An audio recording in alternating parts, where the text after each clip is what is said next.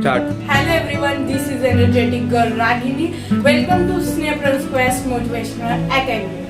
Today is my topic कहानी. मेरे कहानी का नाम है गुरु और शिष्य की कहानी. एक जंगल में गुरु और शिष्य से जा रहे थे उनके ध्यान के लिए.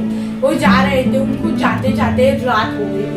गुरु ने बोला कभी रात हो गई तो कहा एक झोपड़ी पे ठहरते. तो उनको एक झोपड़ी दिखी तो वहां गए और ठहर रहे थे. उन्होंने दरवाजा ठकाया. उन्हें बोला आज हम शाम में यही ठहरेंगे क्या? तो उन्होंने बोले हाँ ठीक है. गुरु और शिष्य को उनके घर की परेशानी थोड़ी नाजुक दिखी, बराबर नहीं दिखी परेशानी. तो उन्होंने बोला आपकी रोजी रोटी कैसे चलती है? तो उन्होंने बोला मेरे पास एक गाय है, उससे हम ये करते हैं, उससे हमारी रोजी रोटी चलती है. तो उन्होंने बोला मेरे पास एक ये भी है, जमीन बंजर है, वो उसमें कोई काम नहीं करता, खेती बाड़ी के लिए. तो फिर रात हो गई, सब सोने चले गए. गुरु ने कहा शिष्य को कि अभी अपन जाते हैं. तो जाने लगे और उनकी बैल भी लेकर गए. फिर वो गए. फिर रास्ते में पूछा, शिष्य ने पूछा गुरु को कि बैल आप क्यों लेकर जा रहे हैं? तो उन्होंने बोला चुपचाप चलिए. फिर वो गए, रास्ते में गए और फिर बहुत दिन हो गए. और जो शिष्य था वो बड़ा आदमी बन गया था.